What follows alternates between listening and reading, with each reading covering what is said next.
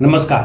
आपका अखबार के संडे स्पेशल कार्यक्रम में आपका स्वागत है। मैं हूं प्रदीप सिंह। मैंने आपसे वादा किया था कि एक ऐसे कांग्रेसी नेता की कहानी सुनाऊंगा जो इंदिरा गांधी के वर्चस्व से, उनके साम्राज्य से डरा नहीं, उनकी ताकत के आगे झुका नहीं, बल्कि उनको लगातार चुनौती देता रहा। एकमात्र शायद ये नेता थे जिनसे इंदिरा गांधी खौफ खाती थी। जी हाँ, बिल्कुल सही कह रहा हूँ, जिनसे इंदिरा गांधी खौफ खाती थी, जिनको इंदिरा गांधी को लगता था कि ये साथ हों तो बहुत सी मुश्किलें आसान हो सकती हैं। संकट मोचक के तौर पर भी देखती थी और इस्तेमाल भी किया, लेकिन भरोसा कभी नहीं किया। तो अब समय है बता दूं उस नेता का नाम। उस नेता का नाम था उत्तर प्रदेश के भूतपूर्व मुख्यमंत्री और केंद्रीय मंत्री रहे हेमवती नंदन बहुगुणा का। हेमवती नंदन बहुगुणा ऐसे नेता थे जिन्होंने न केवल इंदिरा गांधी के सामने झुकने से इनकार किया, दबने से इनकार किया, बल्कि उनको चुनौती देते रहे और चुनौती देकर कामयाब भी होते रहे।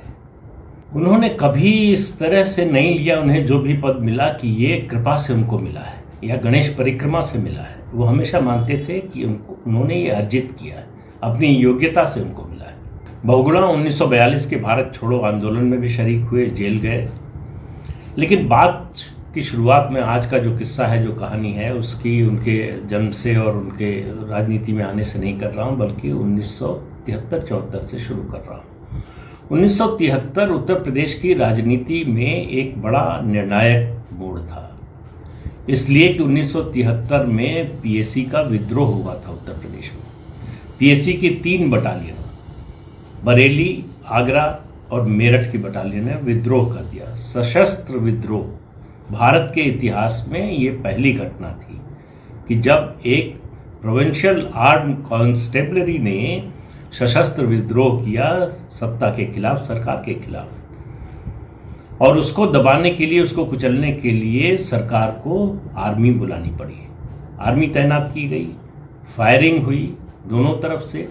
13 सेना के जवान मारे गए, उसमें 25 पुलिस वाले मारे गए, 2 नागरिक मरे। उसके बाद उस आंदोलन को कुचला जा सका, दबाया जा सका, जगह जगह सरेंडर कराया गया। 600 से ज़्यादा पीएसी के लोग गिरफ्तार हुए। उस समय प्रदेश के मुख्यमंत्री थे कमलापति त्रिपाठी। उसके बाद उनका बना रहना पद पर संभव था नहीं। 15-20 दिन बाद उनसे इस्तीफा ले लिया गया। राज्य में राष्ट्रपति शासन लगा दिया गया और राष्ट्रपति शासन लगाने के बाद, और चूंकि ये 73 की बात कर रहा हूँ, ये 22 मई 1973 की बात है जब पीएसी विद्रोह हुआ। 1974 में विधानसभा का चुनाव होना था और इंदिरा गांधी किसी भी हालत में उत्तर प्रदेश का चुनाव हारना नहीं चाहती थी। उनको लग रहा था कि ये चुनाव हारना उनके लिए बहुत बड़ा सेटबैक होगा अगर, और विपक्ष को उस समय लग रहा था कि यही मौका है उत्तर प्रदेश में कांग्रेस को उखाड़ने का। तो उस समय चौधरी चरण सिंह भी थे, उत्तर प्रदेश की राजनीति में पूरी तरह सक्रिय थे, और जनसंघ को लगा कि ये मौका है कि हमारी सरकार बन सकती है, सीधे नहीं तो गठबंधन के जरिए। इसलिए अटल बिहारी वाजपेयी को मुख्यमंत्री के तौर पर पेश किया गया चुनाव में। लेकिन चुनाव जीतना है, किसी भी हालत में जीतना है, तो कौन जिता सकता है? इंदिरा गांधी ने जब नज़र डाली उत्तर प्रदेश के कांग्रेस के नेताओं पर, तो उन्हें बार बार सिर्फ एक नाम उनके सामने आ रहा था, वो था हेमवती नंदन बहुगुणा का। उन पर भरोसा नहीं था उनको, लेकिन उनको मालूम था कि यही शख्स है जो उनको चुनाव जिता सकते हैं। तो उनके लिए प्रायोरिटी उस समय चुनाव जीतना था, तो इसलिए उनको मुख्यमंत्री बनाकर भेजा गया। 8 नवंबर 1973 को हेमवती नंदन बहुगुणा को उत्तर प्रदेश का मुख्यमंत्री बनाया गया। मुख्यमंत्री बनने के बाद से उन्होंने चुनावी बिसात बिछाना शुरू की, रणनीति बनाना शुरू की, प्रदेश का माहौल सुधारा और 1974 में कांग्रेस को चुनाव जिता दिया। चुनाव जिताने के बाद वो उत्तर प्रदेश में एक बड़ी योजना, राजनीतिक योजना पर काम करने लगे। अति पिछड़ों को आरक्षण देने के लिए उन्होंने एक कमीशन बिठाया। उसकी रिपोर्ट को वो लागू करना चाहते थे कि अति पिछड़ों को अलग से आरक्षण की व्यवस्था की जाए। इंदिरा गांधी को ये बात खटक गई। उनको लगा कि उनके जो सहयोगी थे, उनके जो सलाहकार थे, और ये बात समझ लीजिए कि 1971 का चुनाव जिस प्रचंड बहुमत से वो जीत कर आई, उसके बाद संजय गांधी पर उनकी जो निर्भरता बढ़ने लगी, उसके कारण उनको लोगों पर विश्वास धीरे धीरे कम होने लगा। हर व्यक्ति को, हर नेता को कांग्रेस के वो शंका की नज़र से देखती थी। तो बहुगुणा पर तो पहले से भरोसा नहीं था।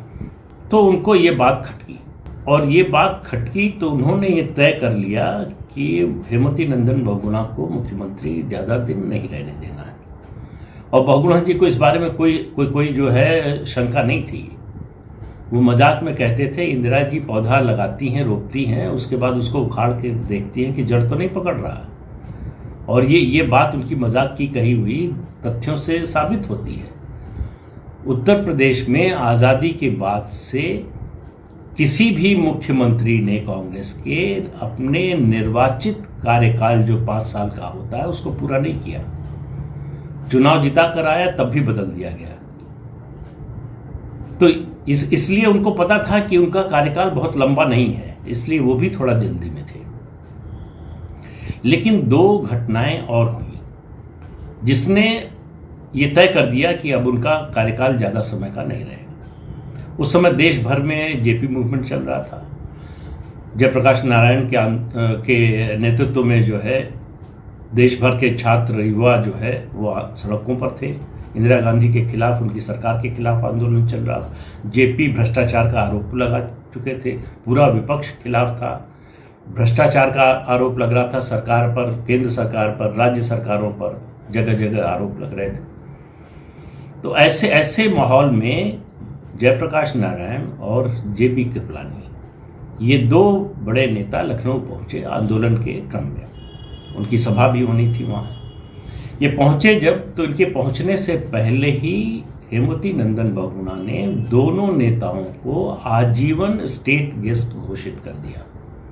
ये बात इंदिरा गांधी को बहुत बुरी लगी कि जो हमारे राजनीतिक दुश्मन हैं, जो हमारे खिलाफ अभियान चला रहे हैं, जो हमको सत्ता से उखाड़ फेंकना चाहते हैं, उनको हमारे ही राज्य का एक मुख्यमंत्री आजीवन स्टेट गेस्ट बना रहा है। ये बात उनको पसंद नहीं आई। लेकिन जब ये दोनों नेता लखनऊ पहुंचे तो चौधरी चरण सिंह ने भी शिकायत की बहुगुणा की। कहा कि सरकार पर भ्रष्टाचार के बहुत आरोप है। एक कोई मामला था शायद ज़मीन का अधिग्रहण का या कुछ ऐसा था, हमको ठीक से याद नहीं है मुद्दा क्या था। असेंबली में उठा था और जांच की मांग हो रही थी। तो बहुगुणा जब मिलने गए जेपी से, तो जेपी ने कहा कि भाई चरण सिंह ऐसी बात कह रहे थे। तो उन्होंने कहा कि मुझे कल तक का समय दीजिए। असेंबली सेशन चल रहा था। उन्होंने असेंबली में जाकर कहा कि भाई ये आरोप लगा है सरकार पर और इसकी जांच की मांग हो रही है।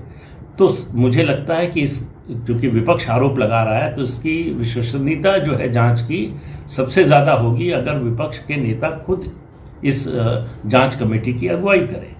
तो उन्होंने कहा कि मैं प्रस्ताव करता हूं कि चौधरी चरण सिंह इस जांच कमेटी के अध्यक्ष हों। चौधरी साहब खड़े हुए, उन्होंने कहा नहीं मैं इसमें नहीं पढ़ता भैया, मुझे ये सब नहीं मालूम। वहां से सीधे सदन से निकले बहुगुणा और जाके जेपी को बता दिया कि देखिए हमने तो ये प्रस्ताव किया था, उन्होंने मना कर दिया। तो जेपी ने कहा जब उन्होंने ही मना कर दिया तो फिर आगे कोई बात ही नहीं रह जाती। तो इस तरह से न्यूट्रलाइज किया उन्होंने चौधरी चरण सिंह। वो जानते थे कि इंदिरा गांधी इस बात को पसंद नहीं करेंगी, लेकिन बहुगुणा जमीन की राजनीति और उसके असर को भी अच्छी तरह से समझते थे। उनको मालूम था कि इस आंदोलन को जनता का समर्थन मिल रहा है, और ऐसा करके ये कदम उठाकर उन्होंने एक तरह से अपने लिए और प्रदेश में पार्टी के लिए भी एक अच्छा माहौल बनाने की कोशिश की है। लेकिन इसको इस रूप में इंदिरा गांधी ने लिया नहीं। तो ये तो दूसरा कारण हो गया। तीसरा कारण हुआ जिसने सचमुच विश्वास डिगा दिया इंदिरा गांधी का, वो डर गई। उस समय अगर आपको याद हो, उस समय की खबरें देखी हो, अखबार पढ़ा हो, या बाद में उस समय का कुछ सुना होगा, पढ़ा होगा, तो इंदिरा गांधी बड़ा सशंकित रहती थी, असुरक्षित महसूस करती थी। इमरजेंसी इसीलिए लगी बाद में, तो किसी पर भरोसा नहीं करती थी। हुआ ये कि लखनऊ में एक कार्यक्रम था, सांस्कृतिक कार्यक्रम था, उसमें इनवाइट किया गया था सोवियत संघ के उस समय के जो राजदूत थे भारत में, उनको। वो आए और अपने भाषण में उन्होंने जो बात कही ध्यान दीजिएगा, उन्होंने जो बात कही उससे इंदिरा गांधी को पक्का हो गया कि उनके खिलाफ षड्यंत्र हो रहा, इसमें अंतर्राष्ट्रीय ताकतें हैं। उन्होंने बहुगुणा को संबोधित करते हुए कहा, future prime minister of India. अब ये बात तो किसी हालत में बर्दाश्त नहीं हो सकती थी, और उस समय सोवियत संघ का भारत की अंदरूनी राजनीति में बड़ा दखल था, ये इंदिरा गांधी को भी मालूम था। कम्युनिस्ट पार्टियां उनके इशारे पर चलती थी सोवियत संघ के, वहाँ से संदेश आता था, उस हिसाब से अलग अलग मुद्दों पर स्टैंड लेती थी। कांग्रेस में भी एक बड़ा धड़ा था जो उधर से जुड़ा हुआ था, तो उनको लगा कि ये अंतर्राष्ट्रीय साजिश है, सोवियत संघ जो है मुझे हटाना चाहता है और बहुगुणा को उसके लिए आगे कर रहा है। तो उन्होंने तय कर लिया कि अब इस्तीफा होना चाहिए। तब तक इमरजेंसी लग चुकी थी। तो इंदिरा गांधी ने जब तय कर लिया कि हेमवती नंदन बहुगुणा को मुख्यमंत्री नहीं रहने देना है उत्तर प्रदेश का, तो सवाल उनके मन में आया कि बनाया किसको जाए। तो बहुगुणा के मंत्रिमंडल में एक मंत्री थे, वरिष्ठ मंत्री थे, राजमंगल पांडे। वरिष्ठ नेता थे, बड़े मुंह पर और बड़े बेबाक किस्म के आदमी, और किसी से वो भी झुकते नहीं थे, डरते नहीं थे। जो उन्हें ठीक लगता था वो बोलते थे। बहुगुणा जी के सामने अगर बराबरी से खड़ा होके कोई बोल सकता था तो वो राजमंगल पांडे थे, और एक तरह से पैरेलल पावर सेंटर की तरह वो काम करते थे उनके कैबिनेट में। ये सबको मालूम था, बहुगुणा जी को भी मालूम था। तो उसके बाद जब इंदिरा गांधी ने के मन में ये नाम आया तो उन्होंने संदेश भिजवाया और कहा, राजमंगल पांडे को कहा कि दिल्ली आकर मिले। जो संदेशवाहक था, ध्यान से सुनिएगा, जो संदेशवाहक था उससे राजमंगल पांडे ने जो बात कही वो राजनीति में नैतिकता, संबंधों की गरिमा दोनों को दर्शाता है। उन्होंने कहा कि जाके इंदिरा जी से कहिएगा कि वो हमारी नेता हैं, मैं उनका बड़ा सम्मान करता हूँ, वो जो कहेंगी मैं करूँगा, वो जब बुलाएंगी मिलने आ जाऊँगा, लेकिन अगर इस समय मिलने गया तो मेरा दोस्त बुरा मान जाएगा। दोस्त कौन? हेमवती नंदन बहुगुणा, जिसके प्रतिस्पर्धी के रूप में हमेशा वो खड़े रहते थे, लेकिन दोनों में दोस्ती भी बहुत अच्छी थी। उस समय उन्होंने बहुगुणा को धोखा देने से मना कर दिया। दरअसल उनसे कहा जा रहा था कि आप धोखा दीजिए, सीधी सी बात यही थी। जब उन्होंने मना कर दिया तो फिर नई समस्या आ गई कि कैसे हटाया जाए। तो हस्ताक्षर अभियान शुरू हुआ। अब इसमें देखिए, बहुगुणा जी का जो सूचना तंत्र था उसके बारे में उनके आसपास के लोग और उनके विरोधी भी जानते हैं, बड़ा सशक्त था। उन्हें अपनी ही पार्टी नहीं, दूसरी पार्टियों के में क्या हो रहा है इसकी भी खबर रहती थी। और उनकी एक और आदत, बल्कि कहे एक गुण था, कि उत्तर प्रदेश का कोई ऐसा जिला नहीं था जिसमें 15, 20, 50 लोगों को वो नाम से न जानते हो। तो जब भी वहाँ जाते थे किसी कार्यक्रम में, दौरे पर, किसी और मौके पर, तो भीड़ में 2000, 3000, 4000 की भीड़ में, 500 की भीड़ में वो जो है नाम लेकर बुलाते थे, वो आदमी वैसे ही मुरीद हो जाता था। बहुत से लोग इस बात से ही खुश रहते थे कि बहुगुणा जी ने इतने लोगों के बीच में हमारा नाम लेकर बुलाया।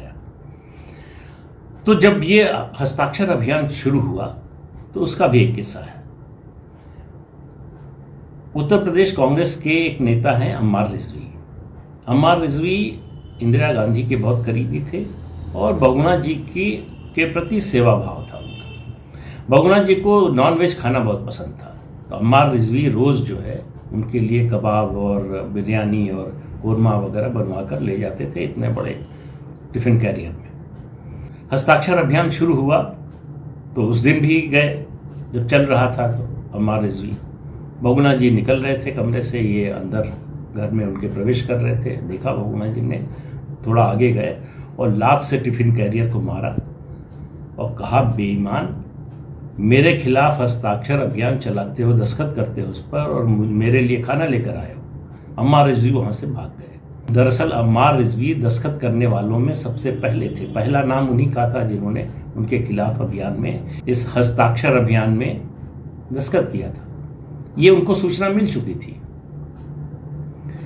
तो ये हस्ताक्षर अभियान भी एक तरह से फेल होने लगा। फिर आखिर में इंदिरा गांधी के सामने कोई चारा नहीं रह गया सिवाय इसके कि उनको बुलाकर, तो उनको दिल्ली बुलवाया गया। दिल्ली बुलवाया गया और कहा गया, इंदिरा गांधी ने कहा कि इस्तीफा दे दीजिए। इंदिरा गांधी चाहती थी कि वो अभी इसी समय इस्तीफा दे दें। उनको भरोसा नहीं था, उनको लगा कि लखनऊ जाके ये फिर पता नहीं क्या कर देंगे। तो उन्होंने कहा कि क्या आप ये संदेश देना चाहती हैं कि इतनी ताकतवर नेता ने एक छोटे नेता को बुलाकर विवश किया अपने सामने इस्तीफा दिलवाने के लिए। इसमें थोड़ा चोट लगी उनके अहंकार को, उनके दर्प को, इंदिरा गांधी को। उन्होंने कहा मैं जाते ही अमौसी एयरपोर्ट से, लखनऊ में अमौसी एयरपोर्ट पर उतरूंगा तो उसके बाद सीधे राजभवन जाऊंगा, इस्तीफा दे दूंगा। और वो जो कहकर आए उन्होंने किया। वो सीधे गवर्नर हाउस गए, इस्तीफा दिया, वहीं पर लाल बत्ती की गाड़ी छोड़ी, वहां से रिक्शे से निकल कर आए सरकारी आवास में, और उसके बाद रिक्शे और ठेलों पर लदकर उनका सामान रात 11:30-12 बजे करीब वहां से चला गया। उन्होंने मुख्यमंत्री पद से इस्तीफा दिया, लाल बत्ती की गाड़ी छोड़ी, सरकारी आवास भी छोड़ दिया। दूसरे दिन अखबारों में उसकी फोटो छपी कि रिक्शे से पूर्व मुख्यमंत्री का सामान जा रहा है। लेकिन इंदिरा गांधी इसके बाद भी विधायक दल का नेता नहीं चुनवा पाई, किसी को मुख्यमंत्री नहीं बनवा पाई। उनको प्रदेश में, अब आप देखिए परिस्थिति के बारे में जरा सोचिए, इंदिरा गांधी जैसा कद्दावर मजबूत नेता, इमरजेंसी देश में लगी हुई है, सारे विपक्षी नेता जेल में हैं, कांग्रेस पार्टी में किसी की कुछ बोलने की हिम्मत नहीं है। और इतना ही नहीं, केंद्र में सरकार है, राज्य में पूर्ण बहुमत की सरकार थी, मतलब विधायकों का बहुमत था कांग्रेस के साथ। फिर भी इंदिरा गांधी को राष्ट्रपति शासन लगाना पड़ा बहुगुणा जी के इस्तीफे के बाद। इससे उनकी ताकत का अंदाजा लगाइए, और उनसे, उनके प्रति जो इंदिरा गांधी के मन में खौफ था उसका अंदाजा लगाइए। उनको भरोसा नहीं था, पहले उनको भरोसा नहीं था कि ये जो है इस्तीफा देंगे, इस्तीफा दे दिया, फिर भी भरोसा नहीं था कि कुछ और गड़बड़ कर सकते हैं, हो सकता है जिसको चाहते हैं उसको बनने न दें। तो राष्ट्रपति शासन लगा, उसके लगभग 2 महीने बाद, 50 या 52 दिन बाद जो है, फिर नारायण दत्त तिवारी को सीएलपी का लीडर चुना गया, मुख्यमंत्री बने। इमरजेंसी खत्म हुई और चुनाव की घोषणा हुई तो बाबू जगजीवन राम के साथ वो चले गए सीएफडी में, कांग्रेस फॉर डेमोक्रेसी बनाई जगजीवन राम ने निकल के, उसके सदस्य बने। उसके साथ फिर उसका मर्जर हो गया जनता पार्टी में। जनता पार्टी में फिर चुनाव जीते लोकसभा का चुनाव जीतने के बाद केंद्र में मंत्री बने। फिर जनता पार्टी में जो कुछ हुआ आपको मालूम है, लड़ाई झगड़ा हुआ, जनता पार्टी का विभाजन हो गया। विभाजन में वो चौधरी चरण सिंह के साथ रहे। उनको मालूम था कि उत्तर प्रदेश में राजनीति करनी है तो चौधरी चरण सिंह के साथ रहना ज़्यादा बेहतर है बजाय मोरारजी देसाई के साथ जाने के। तो वो चौधरी चरण सिंह के साथ रहे, और उनके जब प्रधानमंत्री बने चौधरी चरण सिंह तो वो उनके वित्त मंत्री बने। लेकिन वो सरकार ज़्यादा दिन चली नहीं। जिस दिन संसद में, लोकसभा में विश्वास मत हासिल करना था चौधरी चरण सिंह को, उसी दिन सुबह इंदिरा गांधी ने, कांग्रेस पार्टी ने समर्थन वापस ले लिया, सरकार गिर गई। तो चौधरी चरण सिंह प्रधानमंत्री के रूप में एक दिन भी संसद को फेस नहीं कर पाए। 1980 में चुनाव हो गया। चुनाव से पहले इंदिरा गांधी को मालूम था कि बहुगुणा के बिना बड़ा मुश्किल होगा, खासतौर से उत्तर प्रदेश में। तो इंदिरा गांधी, संजय गांधी, राजीव गांधी अपने दोनों बेटों को लेकर हेमवती नंदन बहुगुणा से मिलने उनके घर गई। वहां गई और पहुंचने के बाद दोनों से कहा कि बेटा मामा जी के पैर छू, और कहा कि मैं आपकी बहन हूं, और बहुत सारी बातें हुई। उसका असर ये हुआ कि बहुगुणा जी पिघल गए और फिर कांग्रेस ज्वाइन कर ली उन्होंने। 1980 में प्रचंड बहुमत से इंदिरा गांधी जीती, उनकी सत्ता वापस आ गई। तो उनको लगा कि अब मुझे चैलेंज करने वाला कोई नहीं है, अब मुझे ज़्यादा लोगों की, ऐसे लोगों की ज़रूरत नहीं है। उस समय जब जीतने से पहले जब उन्होंने कांग्रेस ज्वाइन की थी तो उनको कांग्रेस का प्रधान महासचिव बनाया गया।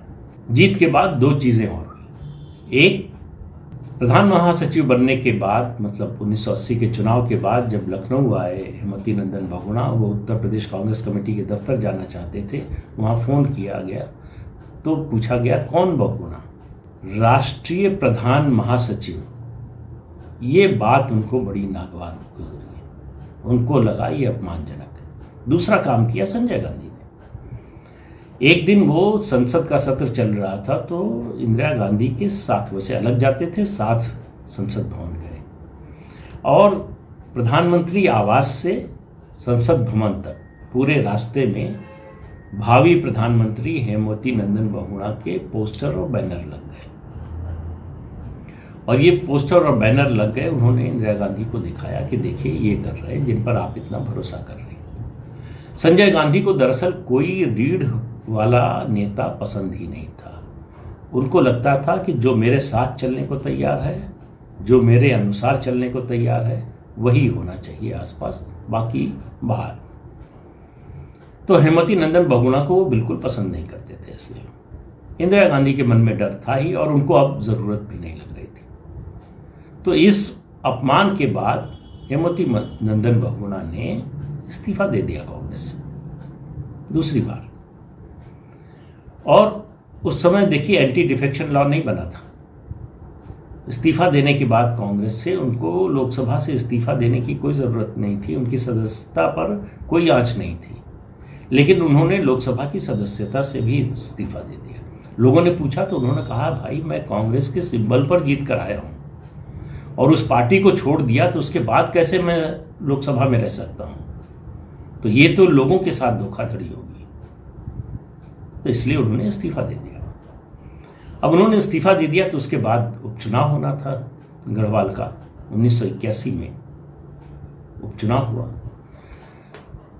भारत के इतिहास में मैंने ऐसा उपचुनाव कभी देखा, सुना, पढ़ा नहीं। देश की प्रधानमंत्री इंदिरा गांधी, सबसे ताकतवर नेता, 2/3 बहुमत से जो 1980 में जीत कर आई थी, गढ़वाल के गांव-गांव में घूमी बहुगुणा के खिलाफ कि इस बार पूरी तरह से मटियामेट कर देना है, बहुगुणा को उठने नहीं देना। कांग्रेस शासित राज्यों के 5 या 6 राज्यों के मुख्यमंत्री 1 महीने तक गढ़वाल में कैंप करते रहे अपने सरकारी हेलीकॉप्टर लेकर। और जो है उनको अलग अलग इलाकों का चार्ज दिया गया और प्रचार में पूरी तरह से लगे। इधर अकेले बहुगुणा लड़ने वाले, उनके साथ कौन था? जनता। गढ़वाल की जनता उनके साथ थी। उनको मालूम था कि ये हमारा आदमी है और इसको खत्म करने की कोशिश हो रही है। तो इतने सब के बावजूद हरियाणा पुलिस को तैनात कर दिया गया वहाँ। एक राज्य में दूसरे राज्य की पुलिस आकर तैनात नहीं हो सकती, लेकिन कौन पूछने वाला था? इंदिरा जी प्रधानमंत्री, राज्यों में कांग्रेस की सरकार, तो पूछता कौन? लेकिन पूछा किसी ने, और वो थे मुख्य चुनाव आयुक्त SL शेखधर। उन्होंने इस पर आपत्ति जताते हुए कि चुनाव आयोग की इजाज़त के बिना कैसे ये तैनाती हुई। उसके अलावा उस चुनाव में धांधली भी हुई थी काफ़ी। उन्होंने चुनाव को रद्द कर दिया। सितंबर में दोबारा मतदान हुआ। उसी साल सितंबर में दोबारा मतदान हुआ और हेमवती नंदन बहुगुणा कांग्रेस के चंद्रमोहन नेगी को हराकर लोकसभा पहुंच गए। उसके बाद से हेमवती नंदन बहुगुणा का जो राजनीतिक जीवन है वो थोड़ा ऊपर नीचे वाला रहा। 1984 में इलाहाबाद से अमिताभ बच्चन से हारने के बाद उनका थोड़ा मनोबल गिरा। उनको उम्मीद नहीं थी कि इलाहाबाद, जहाँ के लिए उन्होंने इतना कुछ किया था, ITI से लेके तमाम चीज़ें, डेवलपमेंट के इतने काम किए थे, वो लोग एक फिल्म अभिनेता के लिए उनको हरा देंगे। लेकिन वो चुनाव हार गए। उसके बाद फिर से विपक्षी एकता की बात होने लगी। बोफोर्स का मामला आ गया। VP सिंह निकल गए कांग्रेस से। कांग्रेस छोड़ने के बाद हेमवती नंदन बहुगुणा फिर से चरण सिंह के साथ थे। एक नई पार्टी बनी और उस पार्टी का नाम रखा गया दलित मजदूर किसान पार्टी, दम की पार्टी। फिर उसका नाम बदलकर लोकदल रखा गया। फिर चौधरी चरण सिंह के निधन के बाद जो है उसमें विभाजन हो गया।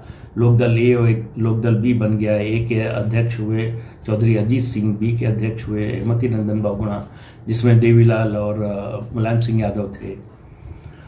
तो जब जनता दल बनने की बात आई और एक उससे पहले राष्ट्रीय मोर्चा बनाने की बात हुई कि क्षेत्रीय दलों को मिलाकर और जो बाकी घटक दल हैं विपक्ष के लेफ्ट और बीजेपी को छोड़कर जो बाकी दल हैं उनका एक क्षेत्रीय दलों का मोर्चा बने और ये जो घटक हैं जनता पार्टी के जो निकले हुए हैं उनका मर्जर हो जाए। तो जनता दल ए, जनता दल बी, जनता पार्टी और जो सोशलिस्ट धड़े थे उनका इन सब का मर्जर की बात चल रही थी। और राष्ट्रीय मोर्चे की उसी दौरान बातचीत के दौरान आंध्र प्रदेश के मुख्यमंत्री एन.टी. रामाराव ने हेमवती नंदन बहुगुणा के सामने एक प्रस्ताव रखा। उनसे कहा कि आप चाहें तो मैं आंध्र प्रदेश से आपको राज्यसभा में भेज सकता हूँ। अब आप सुनिए बहुगुणा का जवाब क्या था। वो संसद का चुनाव, लोकसभा का चुनाव हार चुके थे, किसी सदन में नहीं थे। स्वाभाविक होता है, कोई भी राजनेता होता वो तुरंत तैयार हो जाता। उन्होंने कहा कि देखिए ऐसा है कि मैं लोकसभा का चुनाव हार चुका हूँ, उसका मतलब ये है कि जनता चाहती है कि मैं 5 साल संसद से बाहर रहूं।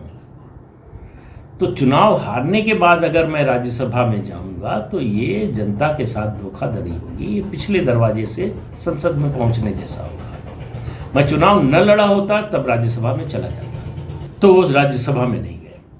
ये जो मैंने आपको सोवियत संघ के राजदूत वाली बात बताई, उस काफ़ी साल बाद मैंने एक दिन पूछा उनसे, इंदिरा गांधी ने जो आपके साथ किया वो नहीं किया होता तो आपको क्या लगता है कि आप कहाँ होते। तो मुस्कुराए और बोले कि देखो वो जो किया इंदिरा जी ने, उन्होंने मेरे हाथ काट दिए। और फिर कहा कि राजनीति ऐसे ही चलती है, अगर मैं उनकी जगह होता तो मैं भी यही करता। तो उनको कोई अफसोस नहीं था, उनको ये नहीं था, विक्टिमहुड का कार्ड नहीं उन्होंने खेला।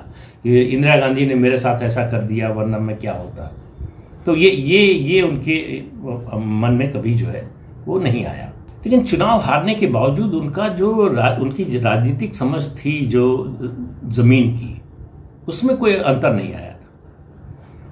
वो 1988 में अपनी बाईपास सर्जरी के लिए अमेरिका गए। अमेरिका जाने से 1 हफ्ते पहले मेरी उनसे मुलाकात हुई थी। तब उन्होंने कहा था कि ये कोई समझाता क्यों नहीं विश्वनाथ प्रताप सिंह को कि इसकी सरकार नहीं बनेगी बिना बीजेपी के सपोर्ट के, तो ये क्यों दिन रात गाली देता रहता है। ये उनके एग्जैक्ट शब्द हैं। उन्होंने कहा कि मैंने पूरी लिस्ट बनाई है, सिर्फ 176 ऐसे लोकसभा क्षेत्र हैं जहां जनता दल कंटेस्ट में होगा, लड़ाई में होगा। तो बहुमत तो अकेले जनता दल को मिलने का सवाल ही नहीं। मैंने उनसे वो सूची मांगी तो उन्होंने कहा लौट कर आऊँगा तो दूंगा, लेकिन अफसोस की बात है कि वो लौट कर कभी आए नहीं।